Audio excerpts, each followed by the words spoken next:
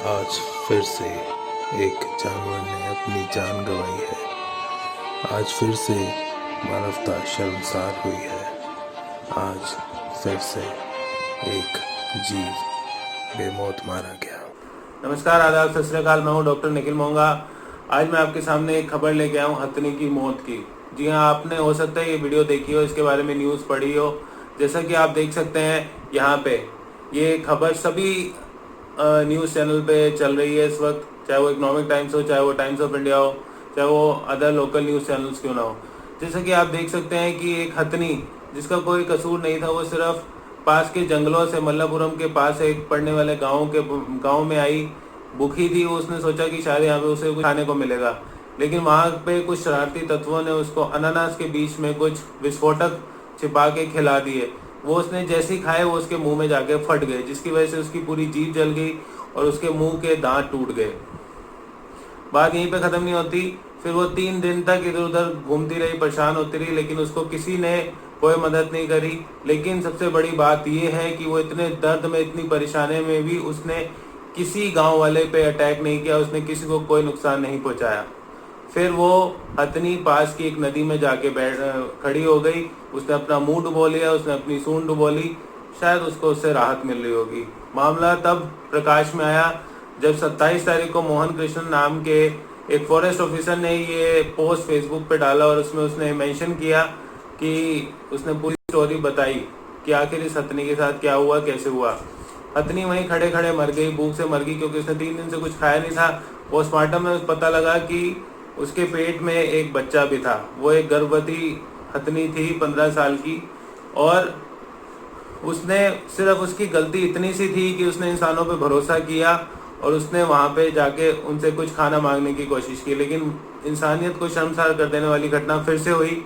केरला एक ऐसा प्रदेश है जहाँ पे सबसे ज़्यादा एजुकेटेड आबादी है। More than 90% population of Kerala are educated.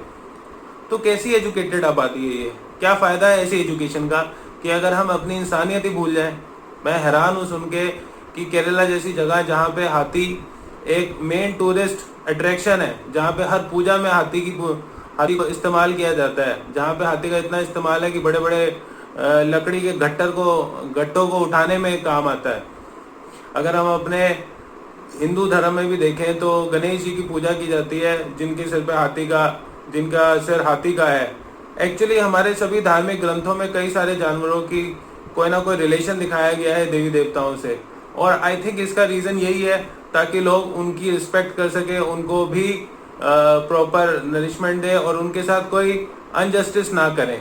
लेकिन इंसान भूल जाता है कि ये प्रकृति सिर्फ इंसान की नहीं है, ये प्रकृति इंसान और जानवर सभी के लिए है। तो ये तो था कहानी का एक पहलू जो मैंने आपको बताया, जो आपने सब जगह देखा होगा। अब मैं इसके बारे में थोड़ा और आपको बताना चाहूँगा कि ये जो अनानास में क्रैकर्स डाल के लोकल्स ने हथनी को खिलाया, एक्चुअली में उन्होंने हथनी को नहीं खिलाना था। वो अपनी फील्ड्स को प्रोटेक्ट करते हैं वाइल्ड बोर से उसमें डाल के, ताकि उसके धमाके से वो भाग जाए। लेकिन अनफॉर्चुनेटली वो हथनी ने खा लिया। हालांकि ये बहुत दुखद है कि उसे हथनी ने खाया। अगर कोई और जानवर खाता तो शायद उसके साथ भी यही दशा होती। तो है तो ये बहुत ही गलत। अब मैं इसके बारे में कुछ फैक्ट्स बताना चाहूँगा केरला में रह रहे एलिफेंट्स के बारे में। एलिफेंट्स जो है अर्थ के लार्जेस्ट मैमल्स हैं। इनका मेनली जो फूड होता है वो होता है ग्रास, रूट, लीव्स, बनाना, पाम ट्रीज, और ये सभी प्रकार के फलों को, बेसिकली आम और केला ज़्यादा खाने वाले एनिमल हैं ये। इनका साइज़, इनकी जो हाइट है वो अप टू 21 फीट हो सकती है, और इनका वज़न 5 टन तक हो सकता है। अगर एशिया में इनकी आबादी की बात करें तो इनकी आबादी कुल 40,000 to 50,000 है एशिया में।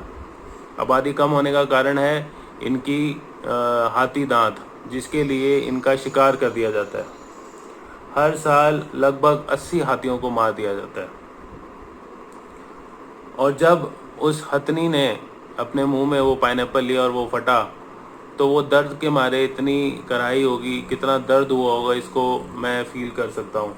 उसके बाद वो वेलियार रिवर में जाके खड़ी हो गई और अपना मूड बोल गया, शायद उसको वहाँ उससे राहत मिल रही होगी। और 27 मई शाम को 4 बजे उसकी मृत्यु हो गई। अब मैं आपको कुछ वीडियो दिखाना चाहूँगा जिसमें आपको दिखेगा कि वास्तविकता में कितना अत्याचार हो रहा है केरला में हाथियों पर, कुछ मंदिरों में। मैं ये नहीं कहना चाह रहा कि हर जगह इसी तरह का स्थिति है, लेकिन बहुत सारे मंदिरों में जहाँ पे हाथियों को बांध के रखा गया है, ये जिनके ऊपर हाथी की ऑनरशिप रखी गई है, उन लोगों ने उन हाथियों की क्या दशा कर रखी है, अब आप देखिए इस वीडियो में।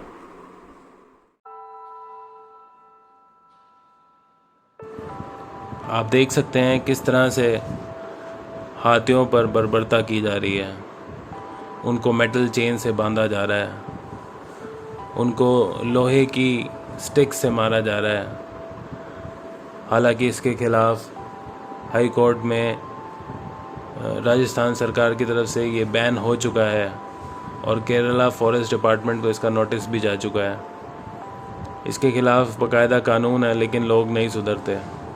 इनको चेन से पूरा दिन बांध के रखते हैं और कई बार ये चेन इनके पैरों को गला के इनके पैरों के अंदर तक घुस जाती है, जैसा कि आप देख सकते हैं इस वीडियो में।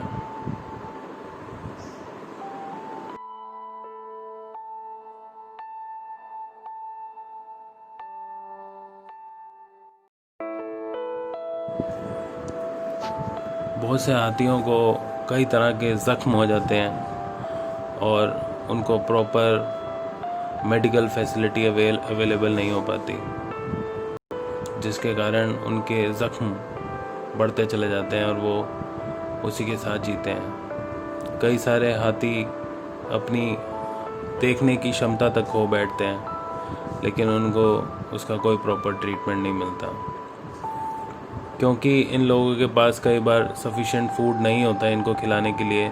तो कई सारे हाथी भूख से भी मर जाते हैं, जैसा कि आप देख सकते हैं।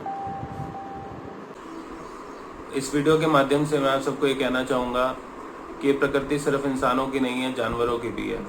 इस प्रकृति पर, इस पृथ्वी पर जानवरों का भी उतना ही हक है जितना हम इंसानों का है। तो I request all of you to please take care of all the animals that are around you. Thank you. That's all I want to say. Thank you so much.